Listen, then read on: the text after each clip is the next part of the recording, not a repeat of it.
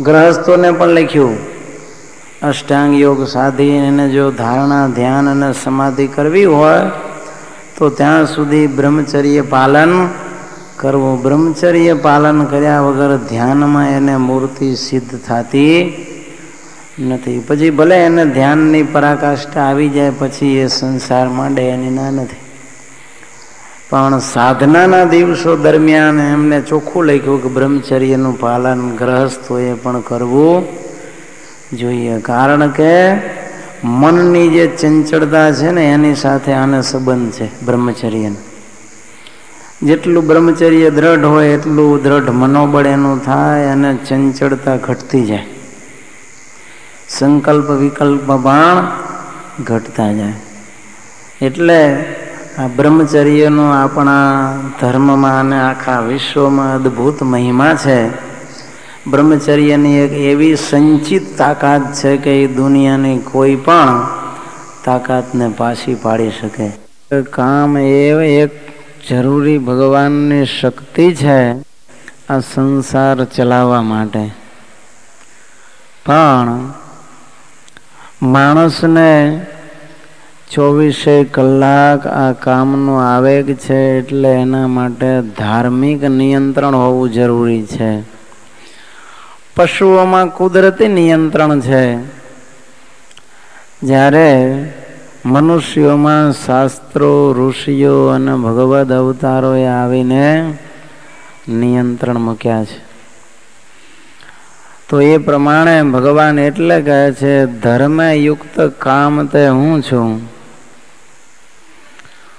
તો એ પ્રમાણે ભગવાને વચનામૃતમાં પણ કહ્યું છે કે ઋતુકાળે પોતાની સ્ત્રીનો સંગ રાખે અને વ્રત ઉપવાસના દિવસે પોતાની પત્નીનો પણ ત્યાગ રાખે એને ગ્રહસ્થોનું બ્રહ્મચર્ય કહેલું છે. અને ત્યાગીઓને અષ્ટાંગ બ્રહ્મચર્ય પાલન કરવું. તો એ પ્રમાણે ભગવાને આ નિયંત્રણો શાસ્ત્ર દ્વારા મૂક્યા છે જેથી કરીને વ્યભિચારની પ્રવૃત્તિ થાય નહીં. તો બે પ્રકારના કાળમાંથી આ મનુષ્ય પસાર થાય છે. એક તો અવિવાહિત કાળ અને બીજો વિવાહિત કાળ. તો બાલ્યાવસ્થામાં તો કામની ઉત્પત્તિ હોય નહીં. 15-16 વર્ષની આજુબાજુ 14 વર્ષ પછી જ્યારે શરીરમાં શુક્રાણુ ઉત્પન્ન થાય ત્યારે આ કામનો વેગ જાગે છે.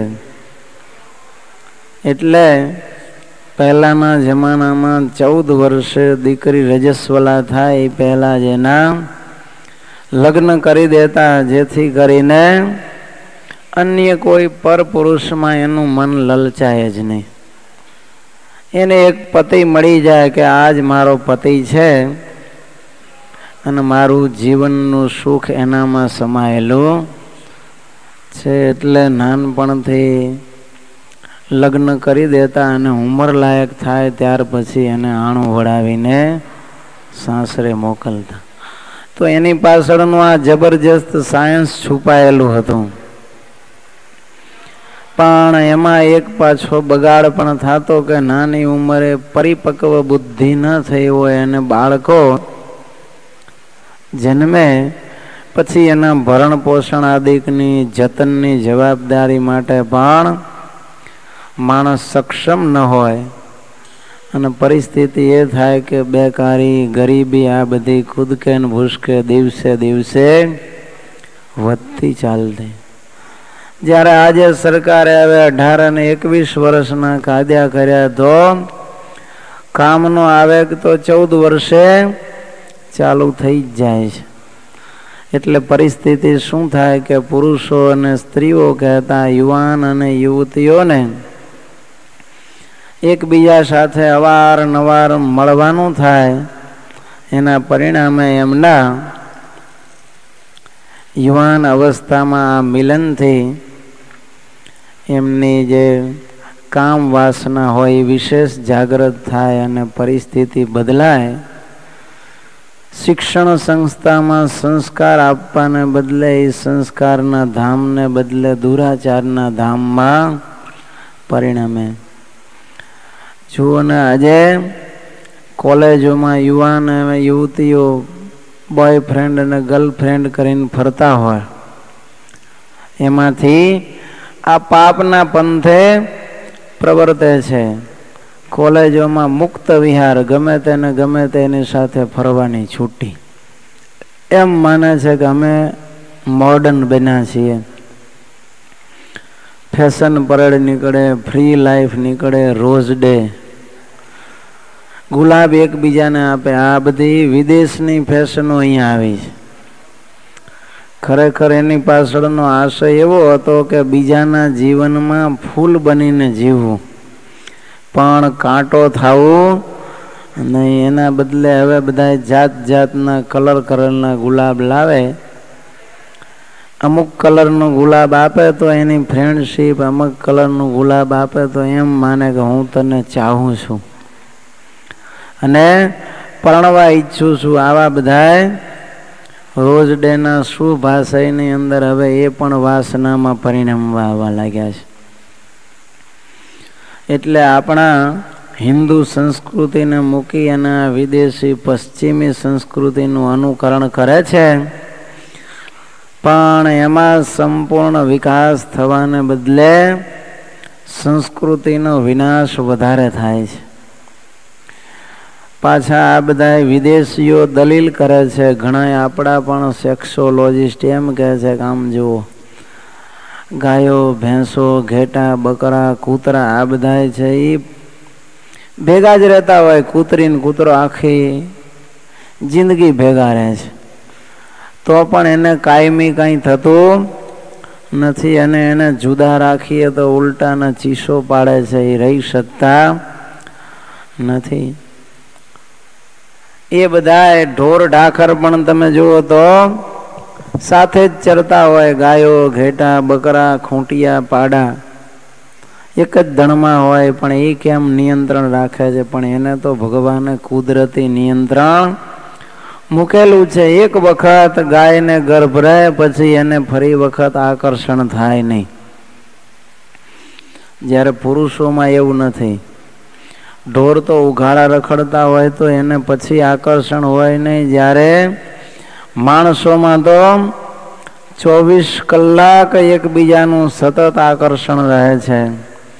ઘણા એવી દલીલ કરે છે કે તો પછી આ બધા ઉઘાડા રહે છે એટલે એને આકર્ષણ ન રહે. એવું નથી. આદિવાસીઓમાં પણ તમે જુઓ, જે ઉઘાડા ફરતા જંગલી પણ પ્રજા તો પુષ્કળ ઉત્પન્ન કરતા જ હતા. કહેતા વસ્ત્ર ન પહેરવાથી કંઈ આકર્ષણ જતું રહેતું નથી. આ તો કુદરતી આવેગ છે. વસ્ત્ર પહેરે અથવા ન પહેરે એ આવેગ તો ઉંમર થાય એટલે જાગવાનું જ છે.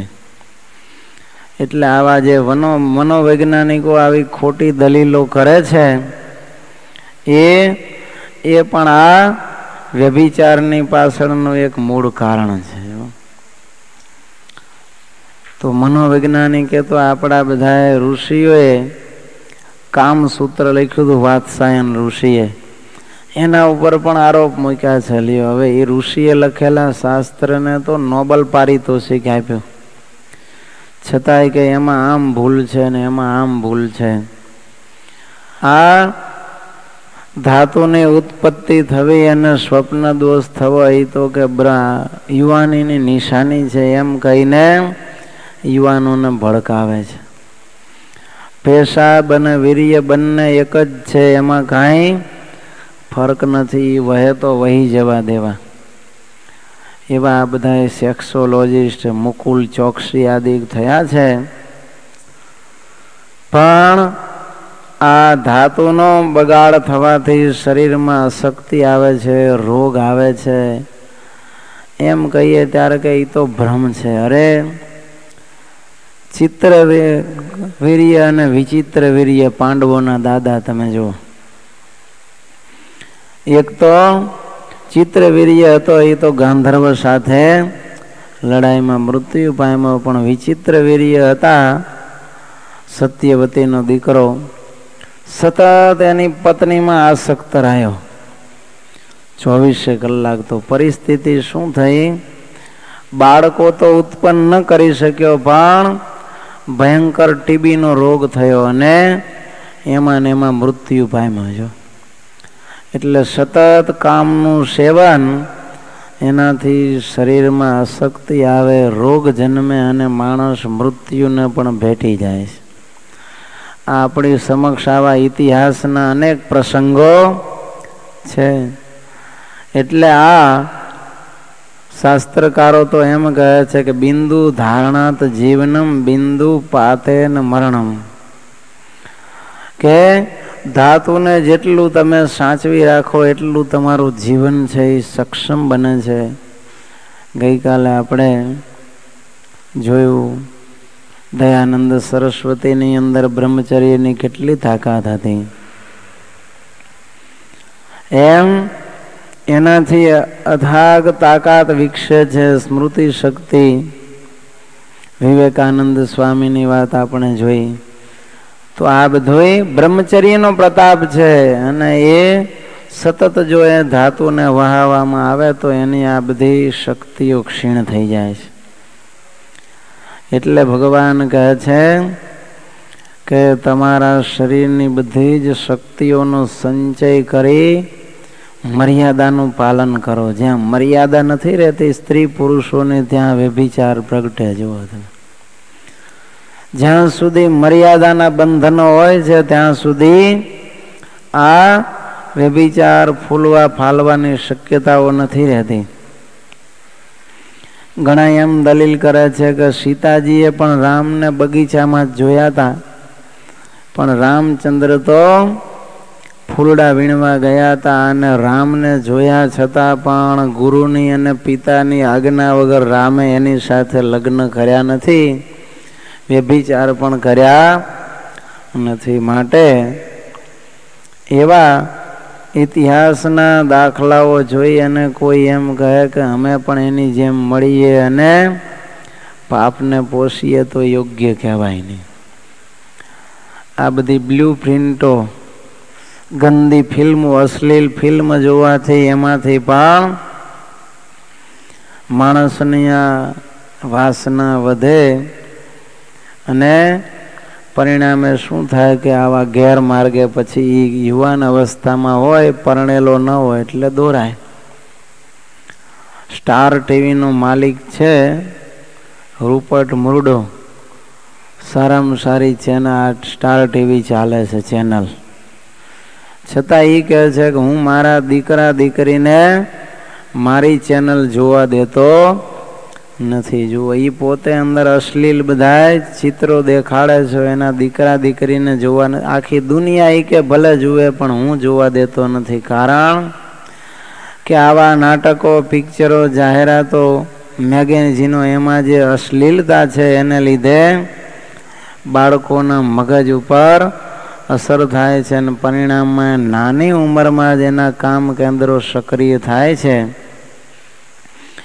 એટલા માટે તો જુઓ, બાળકોને ગુરુકુળમાં ભણવા માટેની વ્યવસ્થા કરવામાં આવી છે કે ગુરુકુળમાં રહે તો આવી અશ્લીલ વાતો, ચિત્રો આ બધાથી એનો માણસ દૂર રહે.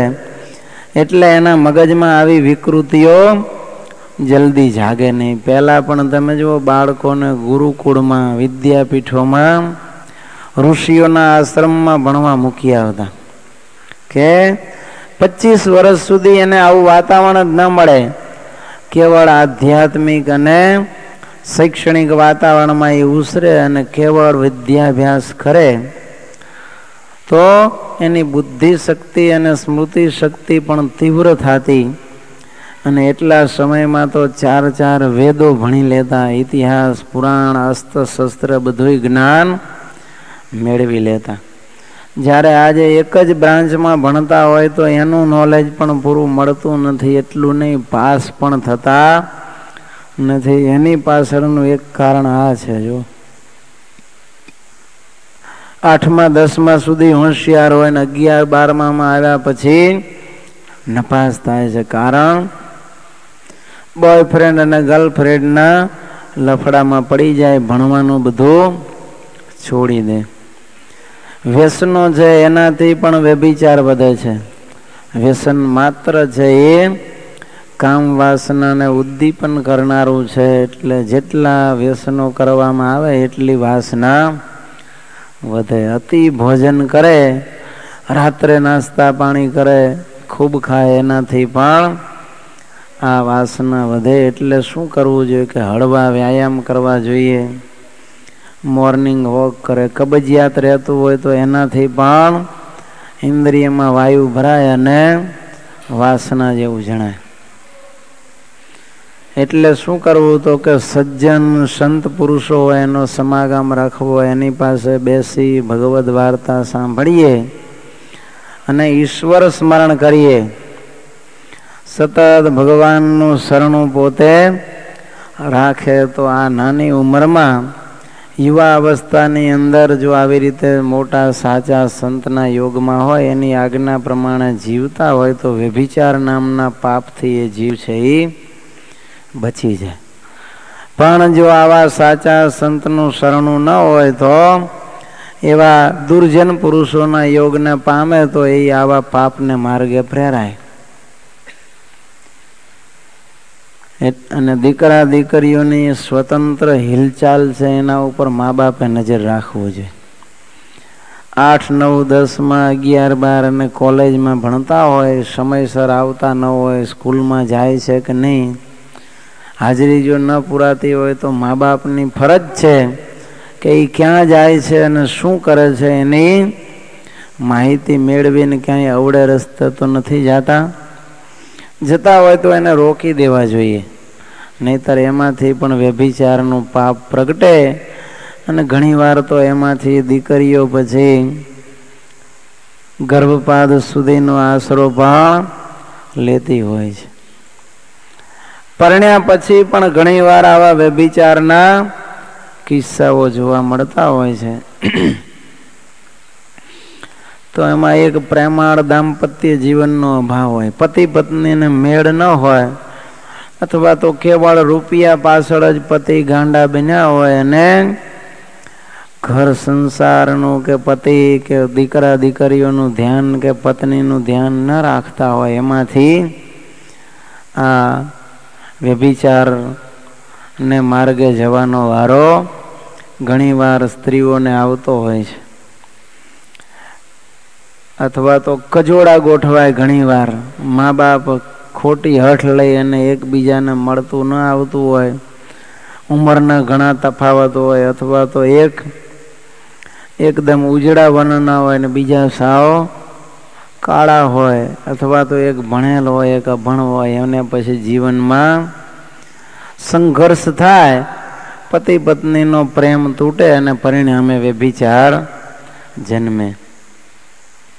વિધવા કે વિધુર થાય, એમાંથી કામ વેગને સંતોષવા માટે પછી વ્યભિચારનો આશરો લેતા હોય છે. એટલે જો બ્રહ્મચર્યનું પાલન ન થાય એવું હોય તો એવા સંજોગોમાં માણસે શું કરવું જોઈએ? પુનર્લગ્ન કરી લેવા જોઈએ. બીજા લગ્ન કરી કાયદેસર ધાર્મિક રીતે અથવા તો કોર્ટ મેરેજ કરી અને સંસાર સુખ માણે તો એમાં એને વ્યભિચારનો દોષ લાગતો નથી.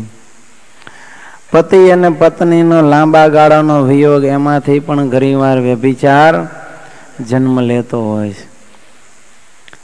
આપતકાળની અંદર સ્ત્રી પુરુષોનું શોષણ થાય. જો ગરીબ બહેનો દીકરીઓ હોય ને એના ઉપર નજર પછી ધનિક હવસખોર રાક્ષસ પિશાચી વૃત્તિવાળા હોય એ પૈસા આપી અને વ્યભિચાર કરે, નજર બગાડતા હોય છે.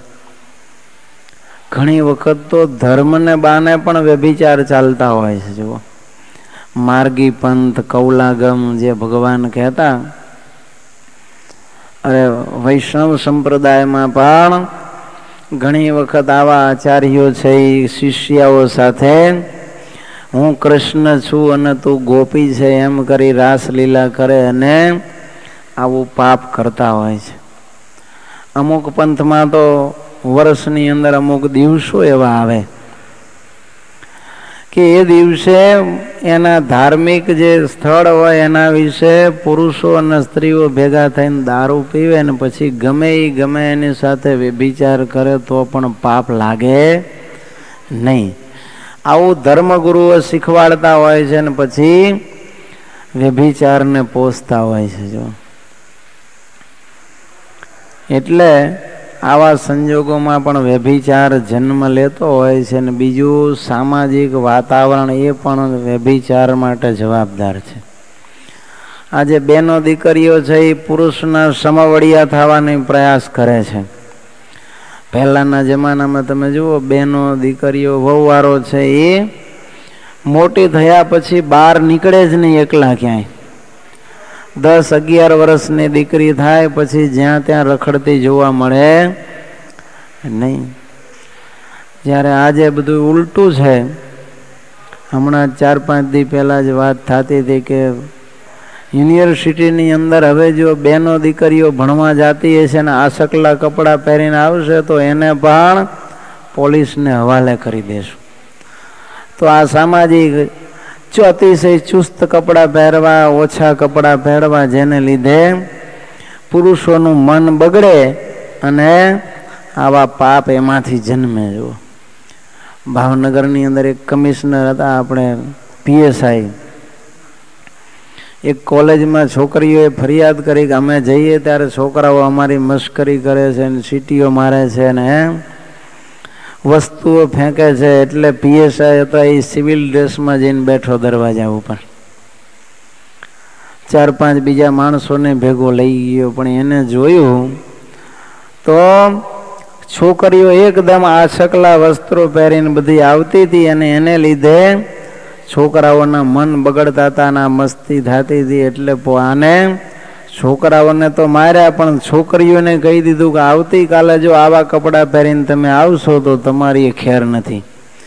છોકરાઓના મન બગાડવા માટે જવાબદાર તો તમે છો. આ મોડેલ ગર્લને વેશ્યા જેવા લુગડા પહેરીને તમે દોડી આવો છો તો તમને જોઈને તો મન દેવના પણ બગડે, તો આ છોકરાઓની બુદ્ધિ બગડે એમાં કાંઈ ખોટું નથી. જો તો છોકરાઓને માર્યો, પણ છોકરીઓને કડક સૂચના આપી દીધી કે આવા કપડાં પહેરીને કાલથી આવશો તો તમને પણ એરેસ્ટ કરી લેશું. લ્યો તો આમ પરિસ્થિતિ, આ સામાજિક વાતાવરણ છે એ મોટો ભાગ ભજવે છે આ પાપને પોષવામાં. જો મોડેલ ગર્લ થવાના આજે બધાને મિસ ઇન્ડિયા અને મિસ વર્લ્ડ થવાને જુઓ તમે ખ્વાહિશ છે. હીરો હિરોઈન થવાની ખ્વાહિશ આ લોકોને હોય કે હું આગળ નીકળું, અને એના માટે સ્ક્રીન ટેસ્ટ ને એ બધું આપતા હોય. તમે જુઓ એને આ થવા માટે કેટલાય પુરુષોને પોતાનું શરીર હવાલે કરી દેતી હોય છે બેનો દીકરીઓ. તો આમ અને બીજા આ બધા અત્યારના ભયંકર ડ્રગ્સની લતે ચડે અને એમાંથી પણ પછી ડ્રગ્સના પૈસા મેળવવા માટે બેનું દીકરીઓ બોમ્બેમાં આ બધું બહુ ચાલે. આવું પૈસા મળે નહીં. હવે 500, 1000 રૂપિયાનું રોજનું એને હેરોઈન, ક્રેકોઈન, LSD, બ્રાઉન સુગરા ખાવા જોતું હોય, કોણ આપે? પછી વ્યભિચાર કરી અને એમાંથી પૈસા મેળવી અને આ ડ્રગ્સ લે. તો આમ આ બધા કારણોસર મોટા ભાગે આ વ્યભિચાર વિશેષ પ્રમાણમાં ફૂલો ફાયલો છો. એના પરિણામ કોઈ સારા નથી. પરિણામ શું? એક તો જો આવી રીતે ગેરકાયદેસર સંગ કરે એટલે ગર્ભ રહે, એટલે પછી ગર્ભની હત્યા, ભ્રૂણ હત્યા કરવાના વારા આવે. બીજું એડ્સ થાય. ગમે એની સાથે ગમે તે પુરુષ આવી રીતે સંગ કરે એમાંથી કોઈના આવા જીવાણુ એડ્સના પ્રવેશ કરી જાય અને ભયંકર મોતની ખાઈમાં ધકેલાઈ જાય. વળી આ લોકની અંદર પણ બેયની ક્રેડિટ જાય, કીર્તિ જાય. અને છોકરાઓ પેદા થાય તો એને અનાથ આશ્રમમાં મૂકવા પડે. એટલે અનાથ પ્રજાનો સળગતો પ્રશ્ન પણ મૂળભૂત એનું કારણ આ વ્યભિચાર જ છે. જુઓ, મા બાપ બે મરી જાય એવા કિસ્સા તો બહુ ઓછા હોય છે, સામાન્ય રીતે અનાથ બાળક કોણ? આવા પાપથી જન્મેલા બાળકોને એની માં પછી જન્મે પછી મૂકીને ભાગી જાય. કોક સજ્જનના હાથમાં આવે એટલે અનાથ આશ્રમમાં મૂકે. અને જે પાપ લાગે છે એ તો મુખ્ય છે કે ભયંકર તપ્ત સુરમી આદિ નરકોની અંદર નાખી અને વ્યભિચાર કરી પુરુષને સ્ત્રી સાથે અને સ્ત્રીને ધગધગતા પુરુષ સાથે બાથ ભીડાવે. બળીને ખાક થઈ જાય એટલે વળી પાછા કંઈક લે, વળી જીવતો કરે. તને આ સ્ત્રીમાં બહુ આસક્તિ હતી ને એમ કરીને સજીવન કરી પાસે બાથ ભરાવે. તો આવી રીતે વ્યભિચાર જન્મવાના આ મુખ્ય કારણો છે. એટલે કવિઓ ચેતવે છે, અરે પરનારી ઝેરી છુરી અને મત લગાવો અંગ, એ જી 10 શીશ રાવણ કે ગયે, એ તો પરનારી કે સંગ.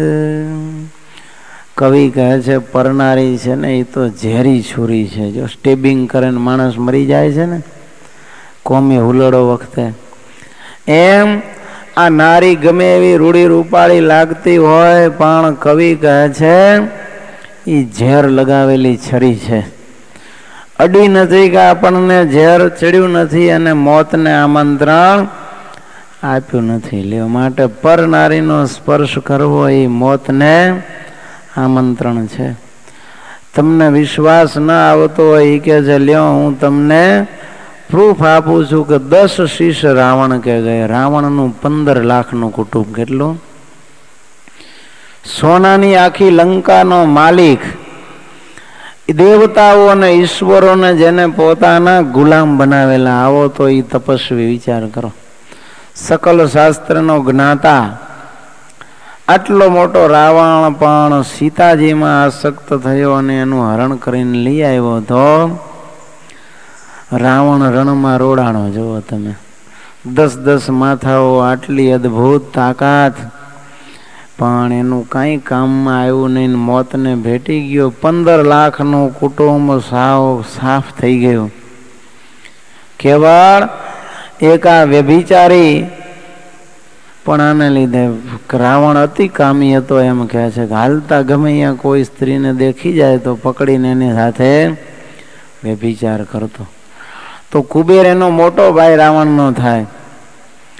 કુબેરની પત્નીને એક વખત લઈ અને એ વ્યભિચાર કરવા પહેરાયો. ત્યારે બાઈઓ ચીસો પાડવા માંડી. ત્યારે કુબેર દેખી ગયા અને એને શાપ આપ્યો કે જા, નારીની ઈચ્છા વગર તું જો એનો સંગ કરીશ તો તત્કાળ તારું મોત થશે. સીતાજીને લઈ આવ્યો અને એના ઉપર બળાત્કાર ન ગુજાર્યો. એની પાછળનું કારણ આ કુબેરનો શાપ હતો કે એની ઈચ્છા વગર જો એ તને એનું શરીર હવાલે ન કરે ને તું જો વ્યભિચાર કરીશ તો તરત તારું મોત થશે. એટલે સીતાજીનું હરણ કરી આવેલો પણ અશોક વાટિકામાં હેમખેમ સીતાજીને સાચવીને રાખેલા. જો રોજ જઈને મનાવતો કે તું મારી રાણી થઈ જાય, મંદોદરીને તારી દાસી બનાવું, પણ સીતાજી માન્યા નહીં. એટલે સીતાજીને હાથ લગાવી શક્યો નહીં. તો આટલો શક્તિશાળી રાવણ પણ કામ વાસનાને લીધે, વ્યભિચારના લીધે મોતને ભેટી ગયો.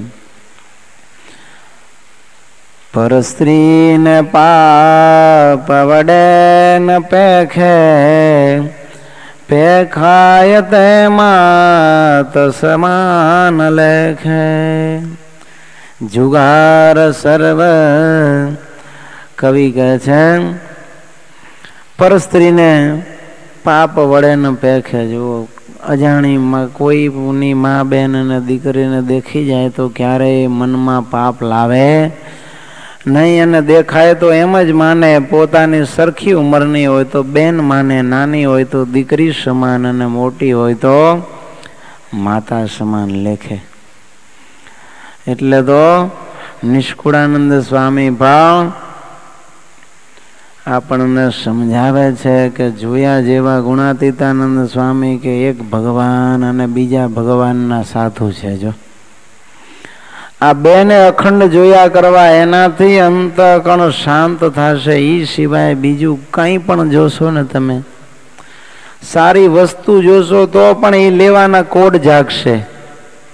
કહેતા ઈચ્છા આકાંક્ષાઓ જાગશે, એને મેળવવા માટે મહેનત મજૂરી કરીને રૂપિયા કાળા ધોળા કરીને લેવા પડશે. પાપ ભેગા કરીને પદાર્થો મેળવીને વિષયો ભોગવીને વળી પાછા વાસના વધારીને અંતે કાં તો જમપુરી અને કાં ભૂત પ્રેતની યોનિમાં જવાનું થાય.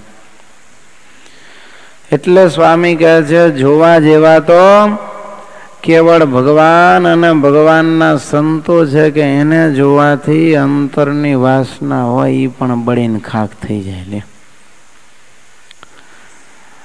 એટલે નિષ્કુળાનંદ સ્વામીએ લખ્યું, એવાય એવાય જો કુમતી મતી તારી રે, વાય વાય જો કુમતી મતી તારી રે, મેલી મોહન વદન જોઈ નારી રે, મેલી મોહન વદન જોઈ નારી રે, વાય વાય જો કુમતી મતી તારી રે. એ તે તો ખારી બલાન ખોડી લીધી રે, એ તે તો વાઘણી સુવાલપ કીધી રે, વાય વાય જો કુમતી મતી તારી રે.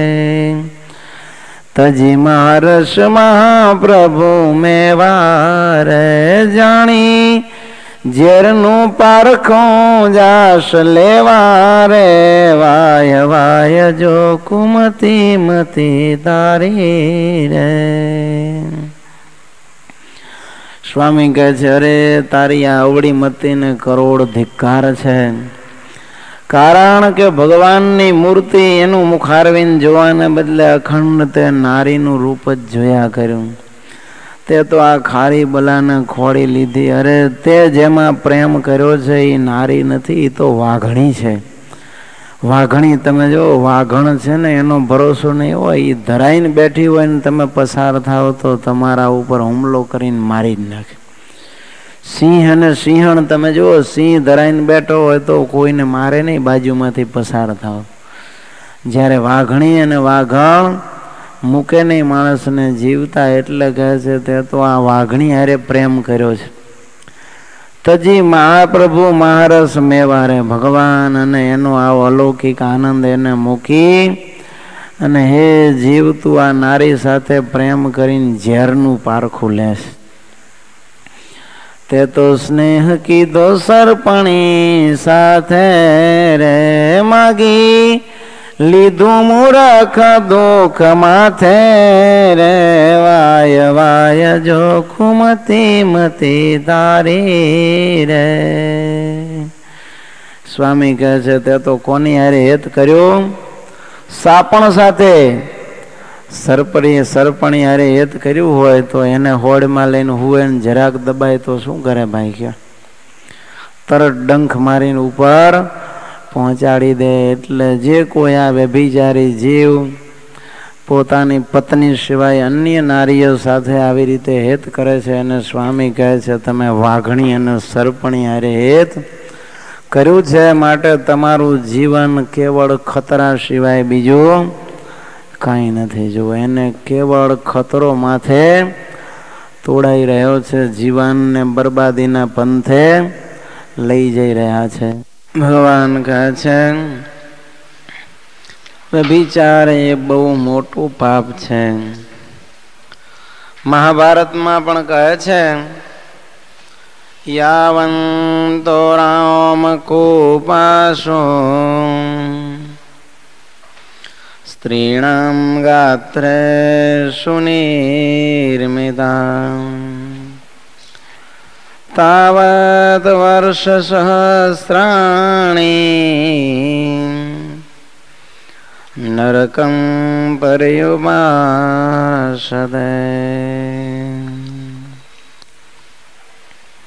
મહાભારતની અંદર ભગવાન વ્યાસજી લખે છે કે જે વ્યભિચાર કરે છે તે પુરુષ સ્ત્રીના શરીરમાં જેટલા રૂવાડા છે એટલા 1000 વર્ષ સુધી નરકની અંદર ભયંકર યમ યાતના ભોગવે છે. અને સત્સંગી જીવનમાં પણ ભગવાને લખ્યું, પરદારેશુ યે મૂઢાર ચક્ષુર દુષ્ટમ પ્રયુંજતે તેન દુષ્ટ સ્વભાવેન જાત્યંધાસ્તે ભવંતી. ભગવાન સ્વામિનારાયણ કહે છે, જે કોઈ પારકી નારી એના સામું ખરાબ દૃષ્ટિ કરે છે તો એના એ સ્વભાવથી બીજા જન્મે એ જન્મથી જ આંધળો થાય છે. અને મનસાપી પ્રદૃષ્ટેન એ પશ્યતિ પરસ્ત્રિયમ રોગાર્તાસ્તે ભવંતી નરા દુષ્કૃત કારિણ. અને જે ખરાબ મનથી સ્ત્રીઓને જુએ છે એવા પુરુષો બીજા જન્મે જન્મથી જ રોગી થાય છે. વાસુદેવ મહાત્મામાં પણ લખ્યું છે કે કામ ભાવે પર સ્ત્રી પર પુરુષને ન જુઓ, તથા શ્રદ્ધા વ્રત ઉપવાસ પર્વના દિવસે પોતાની સ્ત્રીનો પણ સંગ ન કરવો. દેવલ સ્મૃતિમાં પણ એમ કહ્યું છે કે યા કામેન અન્ય પુરુષમ યોસા અભિસરતી ક્વચિત સા ખરી સપ્ત જન્માની નિરયાંતે તિરુગ ભવેત. એ કહે છે કે જે સ્ત્રી પુરુષ પાસે વ્યભિચાર કરવા જાય છે તે 7 જન્મ સુધી ગધેડી થાય છે. અને એના પછી ભયંકર યમ યાતના ભોગવી અને પછી પાછી અતિશય રોગિષ્ઠ તરીકે જન્મે છે. ભાગવતજીની અંદર પણ કહ્યું છે કે વ્યભિચારનું ફળ તપ્ત સુરમી નરક છે. ગુરુ સ્ત્રીનું ગમન એને મહાપાપ લખ્યું છે અને બેન સાથે ગમન કરવું એને અતિ પાપ કહેવામાં આવે છે. કેટલાક કામી પુરુષો કહે છે કે વેશ્યા સ્ત્રીઓમાં પરદારા ગમામનો અભાવ છે, કારણ કે વેશ્યા તો કોઈની પત્ની ન કહેવાય, માટે એની સાથે વ્યભિચાર કરવામાં પાપ નહીં ને. તો શાસ્ત્રકારો કહે છે કે ચાંડાલી, બંધકી, વેશ્યા અને રજો દર્શન પામેલી કન્યા પોતાના ગોત્રની પરણેલી સ્ત્રી એ બધી વૃષલી સ્ત્રી છે. અને વૃષલી સેવન પાપનું પ્રાયશ્ચિત 3 વર્ષ ભિક્ષા માગી નામ મંત્રનો જાપ કરવો, એમ મનુ મહારાજ કહે છે.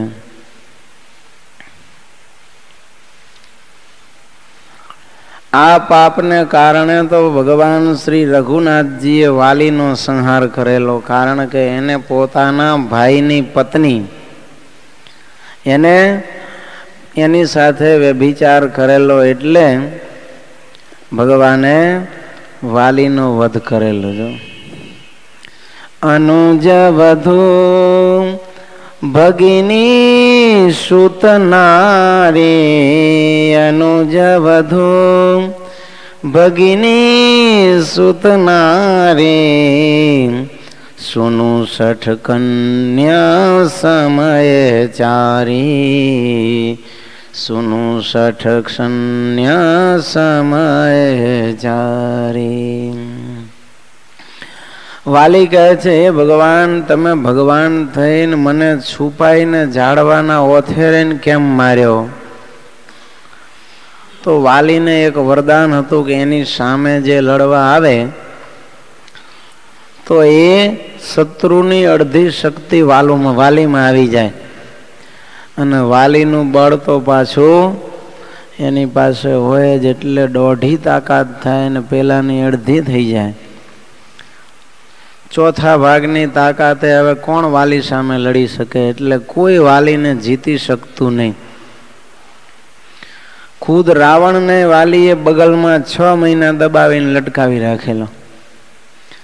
આટલો મહાશક્તિશાળી વાલી, એને ભગવાને જ્યારે ઝાડને ઓથેરીને બાણ માર્યું ત્યારે ભગવાનને કહે છે, તમે પારાધીની પેઠે મને બાણ માર્યું એ ગમતું નથી. વગર વાંકે નિરાપરાધી એવા મારો તમે વધ કેમ કર્યો? ભગવાન કહે છે, વાલી તે બહુ મોટું પાપ કર્યું છે. તારા ભાઈની પત્નીને તે તારા ઘરમાં રાખી અને એનો સંગ કર્યો ને, એ મોટું પાપ લાગ્યું એટલે મેં તારો વધ કર્યો છે. સત્સંગી જીવનમાં પણ પ્રકરણ 5 અધ્યાય 8 ભગવાન કહે છે, પરદારા ન ગંતવ્યા સર્વ વર્ણેષુ કરહિચિત ઇષ્ટા પૂરતા યુતામ હંત્રી પરદાર ગતિર નૃણામ.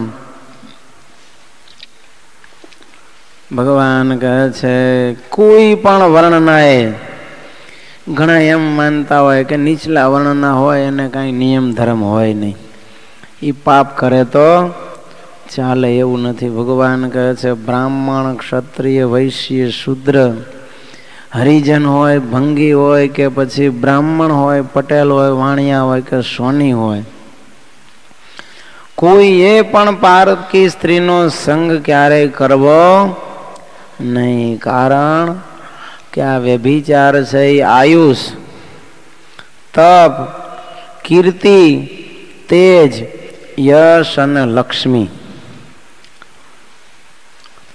અને ઈષ્ટાપૂર્ત કહેતા આપણે કાંઈ વાવ તળાવ ખોદાવ્યા હોય એ પૂર્ત કર્મ કહેવાય, અને મંદિરો બંધાવડાયા હોય એને ઈષ્ટ કર્મ કહેવાય. આ ટૂંકમાં જેટલા સત્કર્મ કર્યા છે એ બધા સત્કર્મને તો એ હણી નાખે છે અને ઉપરથી આપણી આયુષનો પણ નાશ કરે છે. કહેતા પરસ્ત્રી ગમન કરનારો માણસ વહેલા મરે છે. અને હવે તો એનાથી એ વિશેષ વળી જે એડ્સ થાય નફામાં ભયંકર પીડા પામીને શરીર આખું ખવાતું જાય અને માણસ મૃત્યુને બહુ વહેલી ઉંમરે, નાની ઉંમરે 2 વર્ષમાં તો એડ્સ થાય ને માણસ મરી જાય છે. કોઈ દવા એની લાગુ પડતી નથી, ઇનક્યોરેબલ ડિસીઝ છે આ. મારી નજર સામે 2-4 જણા તો મેં જોયા મરતા. પ્રેમ લગ્ન કર્યા, પછી પત્નીને પહેલા થયો, પછી પતિને થયો ને હવે એનું એક બાળક છે એને પણ એડ્સ છે. લ્યો પરિસ્થિતિ, નાનકડો બાળક હવે હજી 1-2 વર્ષનો છે, એને એડ્સ છે. હવે એની શું હાલત થશે ભગવાન કરે એ થાય. એટલે કવિ કહે છે કે આવી નારીને જોઈ અને ક્યારેય કોઈએ મન બગાડવું નહીં, એમાં મોહ પામવું નહીં. જો મોયો મોયો મોયો રે પર નારી સંગાથે મન મોયો, પુણ્ય પુરવનું ખોયો રે પર નારી સંગાથે મન મોયો. કવિ કહે છે, અરે મૂર્ખ, તારું મન ક્યાંય નહીં અને પારકી સ્ત્રીમાં મોયું. આ તો પૂર્વના જેટલા પુણ્યની કમાણી કરી હતી ને એ બધું તે ખોઈ નાખ્યું. પરત્રીએ જોતા ને પરધન લેતા, પરત્રીએ જોતા ને પરધન લેતા, પાછું વળી નવ જોયું રે પર નારી સંગતે મન મોયો. મોયું મોયું મોયું રે પર નારી સંગતે મન મોયું. નારાયણદાસજી કહે છે, પર સ્ત્રી જોતા અને પરધન લેતા પાછું વળી ન જોયું. આ પાપ કરવામાં ક્યારેય તે પાછી પાની કરી જ નથી. કવિ કહે છે, ધન અને સ્ત્રી આ બાબતમાં જેટલી બને એટલી કાળજી લેવાને બદલે નરી પાપમય દ્રષ્ટિ જ રાખી છે. ધન કોકનું લૂંટી લેવામાં, ચોરી લેવામાં કે પછી કરપ્શન કરવામાં, લાંચ લેવામાં કંઈ બાકી રાખ્યો નથી. અને પારકી સ્ત્રીને જોઈને કાયમ તારા નેણ ચકડ વકડ થયા છે. એમાં મોહ પામી અને ન કરવાના કાર્યો તે કર્યા છે. સંત પુરુષનો સંગ ન કીધો, સંત પુરુષનો સંગ ન કીધો, પામરમાં મન પ્રોજો રે, પર નારી સંગાથે મન મોયો, મોયો મોયો મોયો રે, પર નારી સંગાથે મન મોયો. નાનદાસજી કહે છે જેનો સંગ કરવાનો હતો એનો કર્યો નહીં, સંત પુરુષની સોબત ક્યારેય કરી નહીં, અને આવી પામર સ્ત્રીએ પુરુષમાં અને પામર પુરુષે પામર સ્ત્રીની અંદર હેત કર્યું, એમાં મન પરોયું, એટલે અતિશય પાપનો ભાગીદાર તો થયો છે. નારાયણ દાસનો નાથ બજાવીણ, ટાણું અમૂલ્ય ખોયું રે, પર નારી સંગાથે મન મોયો. કવિ કહે છે નારાયણ દાસનો નાથ ભજ્યા વિના, કહેતા ભગવાનની ભક્તિ કર્યા વગર આ તારું અમૂલ્ય ટાણું, કહેતા માણસનો જન્મ કલ્યાણ કરવા માટેનો ઉત્તમ સાધન અને અવસર તને ભગવાને આપ્યા, એનું ભાન રાખ્યા વગર કેવળ નારીના સુખ પાછળ તે તારું આ અણમોલ જીવન ખોઈ નાખ્યું છે. એટલે તો એક કવિ પણ પારાવાર પસ્તાવો કરતા કહે છે કે અરે રે, મને ભગવાને આવો સરસ મજાનું આ માણસનું શરીર આપ્યું, પણ મેં ભગવાનની ભક્તિ કરી નહીં.